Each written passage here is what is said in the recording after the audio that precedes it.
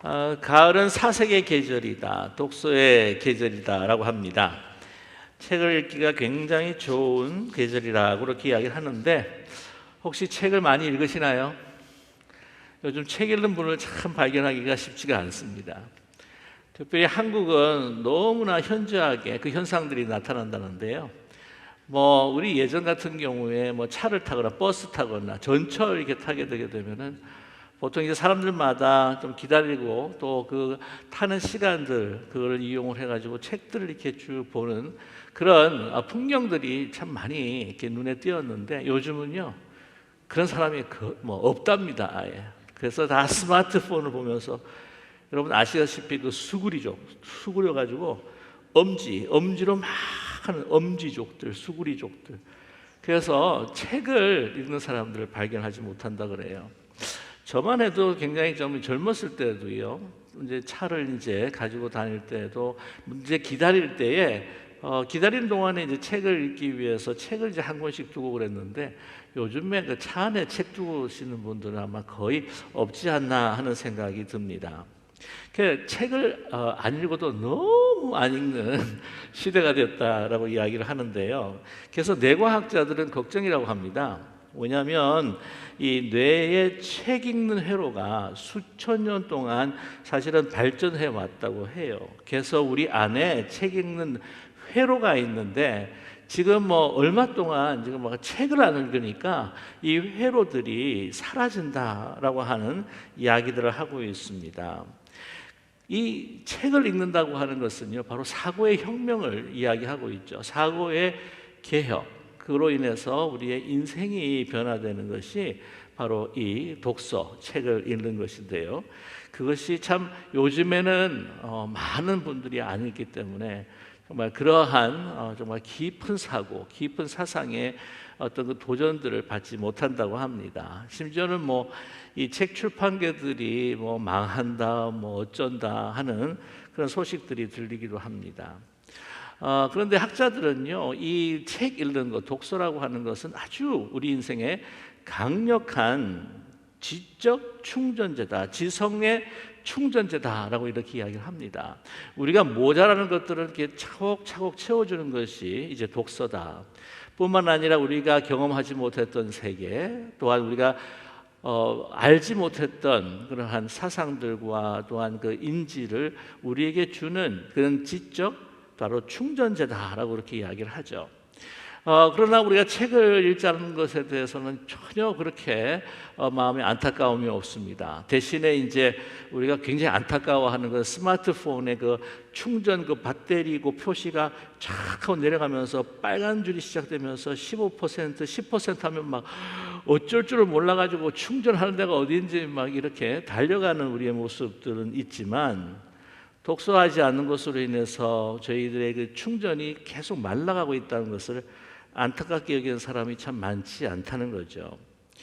이 책을 읽고 독서를 한다고 하는 것은 우리의 그 마음, 이 계속해서 우리가 밥을 먹는 거나 마찬가지입니다. 매일 밥을 먹지 않으면은 우리가 몸에 문제가 생기지 않습니까? 책을 읽지 않으면 소위 멘탈에 있어서 이 정신적인 이 세계에서 문제가 생긴다고 하는 것이죠. 운동을 계속 하게 되게 되면은 그 근육에 힘이 생기는데, 그와 마찬가지로 우리가 독서하지 않고 책 읽지 않으면은 우리의 그 정신의 근육이 굉장히 손상이 된다고 합니다. 그래서 웬만한 시련과 역경이 이제 다가올 때도 책을 많이 읽게 되게 되면 그것을 아주 은연하게, 아주 담대하게 대처를 한다고 합니다. 그래서 이것을 소위 말하면은 지적 폐활량, 지성의 폐활량이 늘어난다라고 이렇게 이야기를 합니다. 독서할 때에 이런 지성의 폐활량이 늘어난다. 어떤 어려움이 탁 닥쳐오지 않습니까? 그러면 많은 이 독서의 양과 또한 이 많은 것들을 접했기 때문에 어려움이 다가올 때도 이것을 다른 사고와 또 다른 시각으로 이것을 살펴볼 수 있는 능력이 주어진다고 하는 것이죠. 그래서 그 어떤 한 사건에 대해서 너무 흔들리지 않고 이것을 은연하게 대처하는데, 여러분 우리 그 체내의 그 현상들도 마찬가지입니다. 우리의 육신의 그 현상을 보게 되면 어떤 아주 충격적인 소식을 들었다. 그러면 너무나 놀라가지고요. 이게 숨이 가빠지기 시작합니다. 막 숨을 멈출 때가 있고, 막 숨이 막 가빠질 때에 그 의료진들이 하는 그 방법이 뭐냐면 깊은 숨을 내쉬라고, 좀 깊은 숨을 내쉬라고 이렇게 요청하지 않습니까?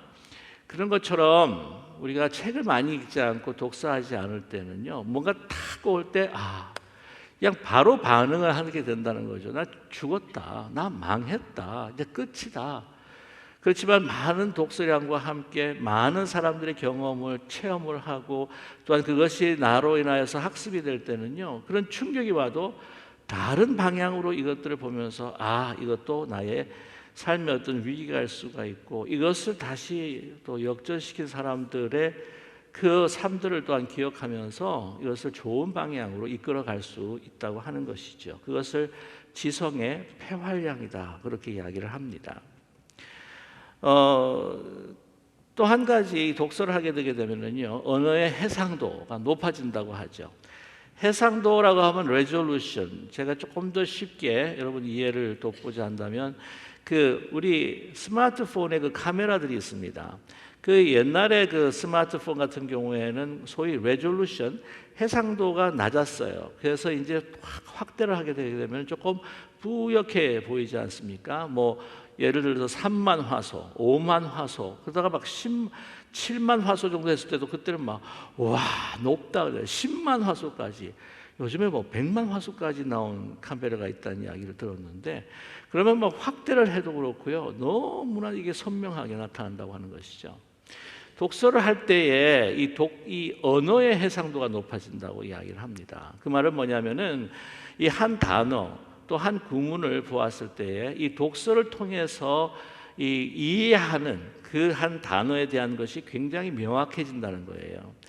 다른 사람하고 이야기하고 했을 때에 귀동량으로 들었던, 그래서 내가 이해하고 있는 아주 얄팍하고 사실 이렇게 아주 뚜렷하지 못한 그 단어로 이 문장을 읽거나 다른 사람의 이야기 들었을 때에 이게 무슨 뜻인지를 정확하게 알 수 없는, 소위 그 시야가 이렇게 흐린다기보다는요, 그 단어가 뿌옇게 보인다고 하는 겁니다. 그러나 많은 책을 접했을 때에 그 한 단어, 우리가 쓴 어떤 그런 구문, 이런 모든 것들이 더 용어가 확대가 되어서 세계가 넓혀질 뿐만이 아니라 그 한 단어 한 단어에 대한 이해가 더 깊어지기 때문에 이 소통에 있어서 우리가 글을 읽고 또 이해하는 데 있어서 아주 명확하게 잘 파악이 될 수 있다고 하는 것이죠. 그러나 그렇지 않고는요, 모든 단어들이 이 단어 구원, 그러면 예를 들자면 구원하면 뭔가 좀 아는 것 같은데, 이런 것 같은데 막 정확하게 정의가 되지 않고 또한 이렇게 이해할 수 없는 이런 부분들, 그러나 깊은 묵상과 독서를 통해서요, 이것이 분명해진다고 하는 사실입니다. 그래서 지적 충전재가 될 수 있고, 지성의 폐활량을 늘릴 수가 있고, 언어의 해상도가 이렇게 높아질 수가 있는데, 그런데도 독서를 안 해요. 책을 안 읽습니다. 그 이유가 뭘까요? 재미가 없어요. 우리 기쁜 우리 교회 성도님들은 우리 그래도 너무 귀하던 분들이 많아서 이렇게 너무 독서하는 게, 너무 책 읽는 게 재미있는 분들만 있는 줄로 저는 믿습니다. 이 세상에 그 독서 말고 더 재밌는 게 많잖아요. TV 보는 것도 그렇고, 요즘에 유튜브에서 막 드라마 보는 거, 드라마, 좋은 드라마 옛날 좋아했던 것들 막 이렇게 요약해가지고 보게 하고, 그리고 또 재미나는 게 뭐냐면은 요즘은 아예 보시는지 모르겠지만 그 유튜브에 쇼츠 있어요. 그러니까 1분짜리도 안 되는 그 쇼츠들이 막 이렇게 내리면은 막 보는데, 기가 막힌 장면, 너무 귀여운 장면, 막 끊임없이 막 1분 이내로 이게 보여주는데 막 그게 너무 재미가 있는 거죠. 그렇기 때문에 아는 것들이 너무나 재미있어서 사실 이 책이라고 하는 그 기쁨과 즐거움은요, 그렇게 금방 즉각 주어지는 게 결코 아닙니다. 이 책 읽는 독서의 재미라고 하는 것은 처음부터 좋아하시는 분들이 있겠지만은 이게 과정과 시간이 좀 필요해요. 예를 들자면 우리가 악기를 배운다라고 했을 때에 바이올린을 배울 때 쉽지가 않아요. 맨 처음에 피아노 배울 때 좀 어렵지 않습니까? 그래서 막 하기 싫다고 막 때려치고 하는 아이들이 있긴 있는데, 그거 좀 힘들고 어려운 그 순간들을 착 하고 이렇게 지나가면 이제 칠 수 있을 때, 그러면 그 즐거움이라고 하는 건요, 정말 어느 누구도 표현할 수 없는 기쁨이 된다고 하는 겁니다. 그 시간과 과정이 필요하다는 거죠. 우리 운동도 마찬가지입니다. 맨 처음에는 막 하기 싫어서 근육이 너무 힘이 없어가지고는 막 창피하게 막 이렇게 뭐 작은 웨이트로 들다가, 근데 자꾸 연마가 되면은 이 운동하는 자체가 또 기쁨이 되는데, 이 독서도 그런 과정이 필요한 거죠. 근데 우리의 삶에 있어서 너무 쉽게, 너무 빠르게 우리에게 자극을 주어서 막 재미난 것들은요, 물론 우리가 보아야 될 때도 있겠지만은 많이 보는 것 좋지가 않습니다. 왜냐하면 그거를 통해서 우리가 도파민 중독이 될 수 있다는 거예요. 몸과 정신에 이렇게 갑작스럽게 아주 말초적으로 자극적으로 그냥 쉽게 어떤 노력 없이 주어지는 계속적인 그 자극에 노출이 되게 되면요, 이게 우리의 정신과 영혼에 그렇게 좋지가 않습니다. 소위 말하는 도파민 중독이 될 수 있다는 거예요. 여러분,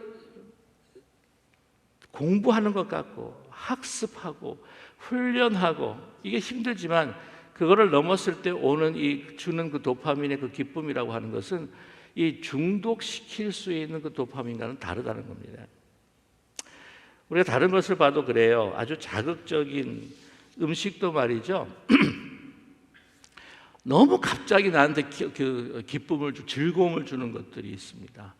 예를 들자면 목이 너무 타는데 코카콜라 하면 막 시원하고 막 맨 처음에는 그냥 짜릿하고 그러지만 어떻습니까? 더 갈증을 나게 하는 것이고, 그 음식 같은 경우에도요, 막 짜고 맵고 달고 막 그러면 자극적이어 가지고는 맨 처음에 막 맛있어 보이는데, 다 그런 것들이 그렇게 몸에 좋은 건 아니라는 거예요.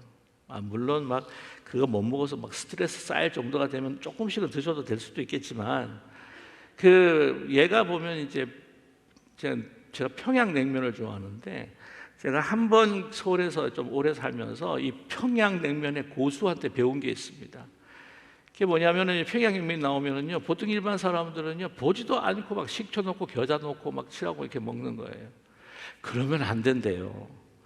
왜냐하면 정말 잘하는 데는요, 이렇게 착 하면 이거 우려 나온 그 재료의 그 맛들, 그래서 그걸 갖다가 먼저 쫙 하고 들이키고, 꿀떡꿀떡 하시는 분이 계시는 것 같은데, 쫙 들이키고 그 다음에 맛을 본 다음에, 그 다음에 이걸 양념을 해야 될지 말아야 될지를 결정을 해야 된다는 거죠.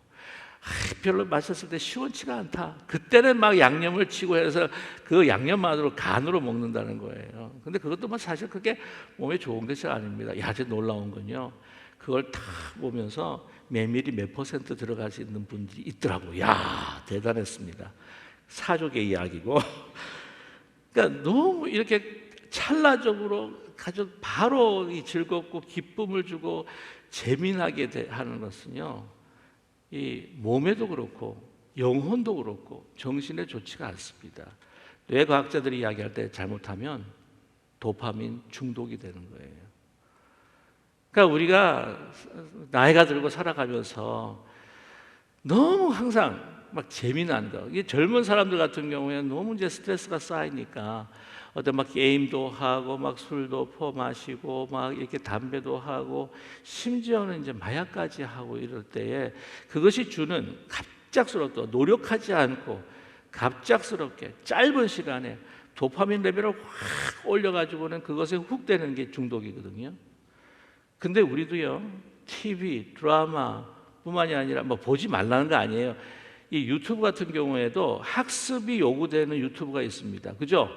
1시간, 1시간 반 정도 인문학 개론이 있고 인문학이 있고 세계사 캐칭이 있고 굉장히 좋아요. 그런 것들은 이제 보시는데, 그래도 그거보다 제가 더 추천해드리고 싶은 것은 뭔가 하나를 배울 때에 그러한 것을 통해서 우리가 개념을 가지는 건 좋지만 이것에 대해서 직접 볼 수 있도록 책을 읽는 것이, 그리고 그것을 보면서 묵상하고 살펴보고 학습하는 것이 굉장히 도움이 더 된다고 하는 것이죠. 제가 좀 장황스럽게 이렇게 말씀을 드렸는데, 책 읽는 것이 별로 재미가 없는 것 같고, 물론 이게 신앙에 깊이 뿌리내신 분들은 정말 소중하게 여겨서 정말 매일매일 교회에서 주는 성경 읽기표에 따라서 성경을 읽고 거기에 대한 큰 기쁨과 정말 그게 환희를 느끼시는 분이 있지만, 많은 경우에 우리가 책 읽지 않는 버릇 때문에 이 성경도 멀리할 때는요, 이게 얼마나 우리에게 해로운 일인가 하는 것을 말씀드리고 싶었던 겁니다. 그리고 너무 재미난 것들을 찾다 보면, 나이가 들어서 무료해서 너무 재미난 것들을 찾다 보면 그거 중독이, 도파민 중독이 될 수 있다는 것을 말씀드립니다. 그 독서에서 가장 중요한 것, 이것은 무엇이냐? 여러분 다 아시겠지만 만남입니다.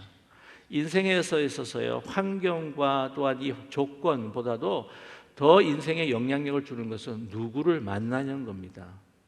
누구를 만나느냐. 그런데 정말 아주 훌륭한 사람들을 만날 수 있는 것은 바로 독서입니다. 책을 읽는 거죠. 논어를 통해서 공자를 만나게 되고, 아폴로기아를 통해서 우리 철학의 아버지였던 소크라테스를 만납니다. 실명의 고난 속에서도 절망할 줄 모르는 그 불굴의 그 믿음의 사람, 그 밀턴을, 신라권을 통해서 우리는 만나게 되죠. 뿐만 아니라 천재 괴테, 독일이 자랑하는 그 문호요, 정말 그 괴테는 없어서는 안 된다고 이야기하는 보배로운 존재, 그런 파우스트를 통해서 우리는 만나게 되고, 항세를 읽으면서 경건한 신앙인 파스칼을 만나게 됩니다. 자, 그렇다면 우리가 성경을 읽을 때 누구를 만나죠? 바로 하나님을 만납니다. 바로 그리스도를 만납니다. 우리 하나님은 어떤 분입니까? 오늘 본문 73절에서 이야기한 것처럼 주의 손이 나를 만들고 세우셨사오니 내가 깨달아 주의 계명을 배우게 하소서라고 말씀하고 있죠. 주의 손이 나를 만들고 세우셨다고 말씀합니다. 또한 세웠다고 하는 것은 구원해서 높이 드셨다고 하는 의미이죠. 바로 누가? 우리를 지으신 창조주입니다. 우리를 사랑하신 구원주입니다. 이 세상에 한 물품이 있었을 때 그 물품을 제일 잘 아는 사람이 누구일까요? 그 물품을 발명한 사람이겠죠. 그 속속들이 다 모든 것을 다 합니다. 그것을 만들고 다 제작했습니다. 우리가 우리 자신보다 더 잘하는 것, 나 자신, 진정한 나 자신을 발견하기 위해서는 하나님을 만나야 되는데, 성경을 우리가 읽지 않으면 내 자신을, 하나님을 만날 수 없고 우리 자신을 발견할 수가 없는 것이죠. 성경은 없어서는 안 될 귀중한 하나님의 말씀일 뿐만 아니라 바로 우리의 생명이라고 하는 것을 잊지 말아야 합니다. 여러분, 이 성경이라고 하는 것은요, 놀라운 기적들이 있습니다. 여리고성이 무너지고 홍해가 갈라지고, 사람들이 믿지 않는 사람들이 정말 못 믿겠다, 신화적인 것이 아니냐, 역사를 보게 되게 되면 그보다도 더 놀라운 역사들이 계속해서 점철되어 있다고 하는 것을 그 어느 누구도 부인할 수가 없지 않습니까? 특별히 오늘 이 말씀, 그 이스라엘 백성들이 얼마나 소중하게 여기는 그 말씀인지 모릅니다. 그들에게 있어서는 어떤 것보다도 이스라엘 백성이다, 이스라엘이다라고 하는 것을 정의해 주는 것은 바로 토라였습니다. 하나님의 말씀, 토라 하면 모세오경이긴 하지만 토라라고 하면 포괄적으로 이야기하면 하나님의 말씀이죠. 그런 하나님의 말씀에 우리를 살리시고 우리를 세우시고 우리를 붙드시고 우리를 소생케 하시는 그러한 너무나도 소중한 하나님의 말씀을 오늘 시편 기자는 노래하고 있습니다. 오늘 119편, 이 119편은요, 우리 가끔 성경 퀴즈에도 잘 나옵니다. 이 성경 가운데서 제일 긴 장이 어떤 장입니까? 그러면 시편 119편이죠. 네. 넌센스로 제일 두꺼운 성경이 뭡니까? 그러면 제일 겉장이라고 이야기도 하고요. 176편을 22개의 단락으로 나눕니다. 그 이유는 뭐냐면은 히브리 알파벳이 22개이기 때문입니다. 22개의 단락으로 나누어서 단락이 시작할 때마다 알파벳 순으로 시작을 합니다. 예를 들자면 A, B, C, D처럼 히브리어는 알렙, 베이트, 기모, 달렛, 그 다음에 헤이라고 하는 게 있고, 그 다음에 쭉 가면서 코프, 그 다음에 레쉬, 신, 타우가 마지막 22번째입니다. 그래서 이 22단락에 그 알파벳을 세워서 단어로, 그것으로부터 시작하는 단어로 시작해서 하나님의 그 말씀, 그 소중하고 우리를 살리시는 말씀을 찬양하고 있다는 것이죠. 오늘 말씀은요, 이 73절부터 요드라고 하는 그 알파벳으로부터 시작을 합니다. 그래서 이 10번째 단락인데 알파벳 10번째 알파벳이 요드입니다. 요드. 근데 이 요드의 그 단어 가운데 야드라고 하는 단어가 바로 손이에요. 손. 그래서 오늘 이 말씀을 보게 되면 이 손으로 시작하는 말씀이죠. 주의 손이 나를 만들고 세우셨사오니 내가 깨달아 주의 계명을 배우게 하소서. 이것을 깊이 묵상하면 정말 아름다운 시편일뿐만 아니라 그 하나님의 말씀의 그 능력과 생명과 소중함과 그 영광스러움을 우리는 파악할 수가 있습니다. 그런데 이 하나님 말씀은 살아 있습니다. 우리 개인의 영혼의 구원뿐만이 아니라 우리가 하나님을 만나서 구원받은 자녀로 세우실 뿐만 아니라 역사를 바꾸어 나갔던 하나님의 말씀입니다. 여러분 잘 아시겠지만 그 유대인들에게는요, 그 유대인을 정의했었던 그들의 자부심이 되었던 것이 바로 성전이었습니다. 그러나 이 성전이 무너집니다. 아시겠지만 바벨론 침공으로 인해서 완전히 이 돌 위에 돌 하나 남지 않고 사라지게 되죠. 뿐만 아니라 그 지성소에 있었던 그 법궤가 사라졌고 말았습니다. 그들은 포로가 되어서 다 이방으로 흩어지고 말았습니다. 그러나 그들은요, 그 가는 곳마다 공회를 세웠습니다. 회당을 세워서 그곳에서 무엇을 했는지 너무 잘 아시죠? 말씀을 연구합니다. 하나님의 말씀을 읽고 연구하고 또한 그 말씀을 통해서 실행하고 하는 그 삶을 살았죠. 그러는 가운데 그것이 그들의 정체성이었습니다. 그들은 다시 수르바벨이 1차 귀환을 통해서 돌아오게 되고 2차, 3차 거기에 이제 수르바벨의 성전을 세우게 됩니다. 그 다음에 다음에 후보게 되면은 여러분 잘 아시는 헤롯 왕의 그 개축을 통해서 또 세워지는데 AD 70년 로마에 의해서 완전히 또 무너지고 맙니다. 돌 위에 돌 하나 남지 않고 그들이 그 성전으로 자랑을 삼았지만 남지 않았을 때 그들을 지켜주었던 것, 그들을 정체성을 확립시켜주었던 것은 바로 하나님의 말씀이었어요. 지금 보면은 그 어느 민족도 쉽게 건드릴 수 없는 강력한 민족으로 태어났던 것은 여러분 그 2000년 동안에 유랑 생활을 하면서도 그들이 그렇게 이 민족을 2000년 후에 세울 수 있었던 것도 하나님의 말씀이었던 것이죠. 뭐 지금 팔레스타인과 가자 지역에 있는 하마스와 지금 전쟁 때문에 좀 난리가 나기 시작합니다만은 1948년에 그 세워질 때에 사실 제일 중요한 근거, 그 땅이 이스라엘의 땅이었다고 하는 것을 증거하는 게 뭡니까? 바로 성령이잖아요. 성령. 정말 놀라운, 어떻게 2000년 가까이 유랑했던 민족이 다시 나라를 세울 수 있을까? 여러분, 하나님의 말씀이 아니고는 불가능하죠. 뿐만이 아닙니다. 우리 기독교 역사도 마찬가지입니다. 그 초대교회에 너무나 많은 박해들이 있었죠. 그래서 특별히 60년, 주후 60년부터 아주 본격적인 박해가 시작이 됩니다. 그러면서 그 시간이 지나가면서 이제 그 박해가요 시들해지는 때가 3세기 중반 정도가 됩니다. 거기에는 아주 중요한 이유가 있었습니다. 그래서 나중에 313년에 그 콘스탄틴 황제의 징역을 통해서 이제 국교로 세웁니다. 근데 그때가 어떤 일들이 일어났는가? 하나님의 그 놀라우신 그 복음의 능력이 나타났는데 그 말씀으로 정말 그들의 그 삶 가운데 들어가서 많은 것들을 변화시켰다고 하는 것이죠. 여러 가지 이유가 있습니다만 중요한 두 가지 이유만 여러분께 설명하고자 합니다. 첫 번째가 뭐냐면은 그때 당시 그 로마의 그 정부를 위해서 또한 일하던 그 중간급 관리자들이 있었어요. 그 중간급 관리자들이 거의 60%, 70%가 다 그리스도인이었습니다. 그 이유가 뭐냐? 그들은 다 글을 읽을 줄 아는 사람들이었습니다. 문맹이 아니었던 거죠. 그 당시에도 사실은 문맹이 많았습니다. 비록 로마 제국이 그 당 통치했던 시절이었지만 그 모든 그 땅, 그 넓은 그 통치했던 그 땅에 공통적으로 사용됐던 것은 라틴이 아니라 바로 헬라어였다는 거예요.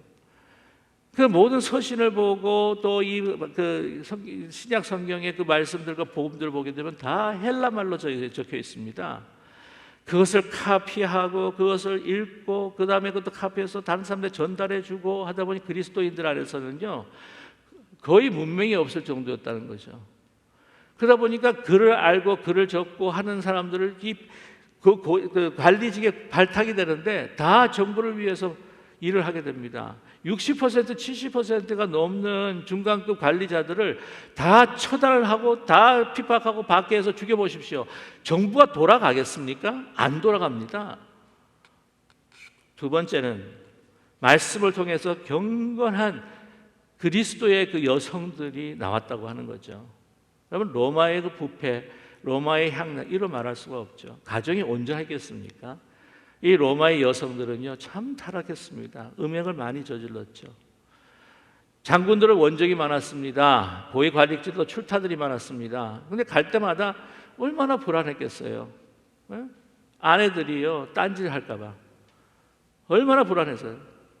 아니 그리고 이제 이 아이를 낳으면 이 애가 내 아이인지 다른 남자 아이인지를 이거 지금이야 DNA 검사하면 나오지만 그때는 어떻게 알겠습니까? 모르죠.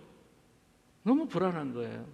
그래서 결국에는요 이 로마의 그 군사 군인들, 로마의 고관 관리들이 아내를 취할 때에 말씀으로 정말 순결을 지키고 거룩하고 정결한 그리스도의 여인들을 취했다고 하는 거죠. 그래서 그 낳은 아이들은 또 누가 교육을 하겠습니까? 네. 그 어머니들이 다 교육들을 했겠죠. 그러니 여러분 어떻게 더 박해를 할 수가 있겠습니까? 그 그리스도화돼가는 그것은 바로 이 말씀의 능력이었고 말씀에 바로 그 은혜와 하나님의 그 크신 역사가 나타났다고 하는 것이죠. 우리 한국도 마찬가지였습니다. 우리 선교사님들이 들어와서 우리 믿음의 선진들이 하는 애를 썼습니다. 그 중에 이제 1907년에 그 평양 대부흥운동, 그래서 알렌 박사와 또한 길선주 목사님이 화해하고 성령의 불도가니가 되고 막 엄청난 이 그리스도인들의 그 복음이 확산이 되고, 근데 사실 그 전에요 그냥 그렇게만 그냥 반짝하고 아무 그 전에 전조 현상 없이 일어난 게 아니에요. 그 전부터 이 많은 전도자들이 이 성경 공부를 하고 말씀을 읽고, 특별히 중요한 것은 뭐냐면요 전도부인, 여성들 가운데에서 글을 읽을 줄 아는 전도부인들이 가서 복음을 알지게 까막눈이 되신 분들에게 막 성경을 읽어주고 성경 공부해주고, 그 막 다 점점 밖과 곳에 퍼져가지고 시골마다 마을마다 들어가서, 그래서 이게 이 여전도회, 한국의 그 여전도회 가서 전신이 되는 것이 이제 전도부인입니다. 여성들이 너무 참 많이 활약을 했어요. 그래서 여러분 이 한국뿐만이 아니라 모든 이 기독교의 그 2000년 역사 가운데 물론 뭐 말도 말고 탈도 많은 역사도 있었지만 가만 보면요 민주주의 사상을 양양을 했고 미신과 문명을 퇴치했고요, 노예를 해방시키고 아동을 보호하고, 그다음에 죄수들에 대한 관대한 법들을 제정하고 계급을 타파하고 금주 금연운동, 교육사업, 의료사업, 적십자 활동, 이것에 우리 대한민국의 또 부흥의 밑거름이 된 것이 아니겠습니까? 그리고 여러분 우리 보통 성도들 가운데 거의 반 이상은 여성들인데요, 우리 여성들은요 정말 예수님한테 감사해야 됩니다. 정말 예수님께서 말씀하신 이 말씀 성경에 감사해야 합니다. 왜냐하면 이 성경이 말씀하시는, 말씀이 이야기하시는 너무나도 귀한 인권의 존중의 사상이 아니었다고 한다면 아직도 뭐 여성들은 세컨 클래스고 뭐 여성들은 그냥 뭐 소유화되고 뭐 이랬을 것이라는 생각이 들어요. 이 모든 세계의 역사 가운데 정말 놀라운 변화들은 바로 성경의 말씀, 그 진리를 바탕으로 하고 있다고 하는 사실입니다. 저와 여러분, 이제 가을의 계절입니다. 독서의 계절입니다. 뭐 유튜브 보지 마세요. TV 보지 마세요. 다 끊으세요. 인터넷 금식하세요.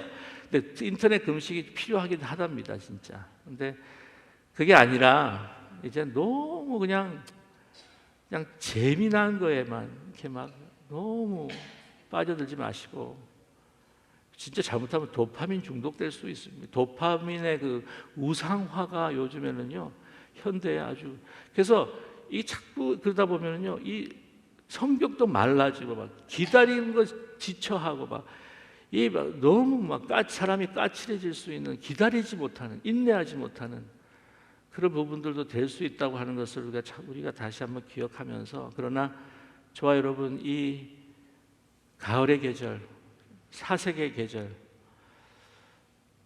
우리 그리스도를, 주님을 깊이 만나서 우리의 영혼을 더 울림을 주시고, 그 영혼의 기쁨과 정말 내면 깊은 곳에서 우러나오는 그 환희들을 느끼면서 우리의 삶을 좀 바꿔줄 수 있는, 우리의, 여러분, 이 감각적인 사람이 아니라 정말 영적인 사람, 깊은 영혼의 사람들, 정말 아름다운, 하나님 앞에 영광을 돌리고 아름다운 사람들의 모습들이 더 깊이 우리 성경을 같이 묵상하고 읽는 가운데에 또한 우리의 삶의 변화가 있게 되는 그런 귀한 축복이 저와 여러분에게 임하시기를 간절히 축원합니다. 기도하겠습니다.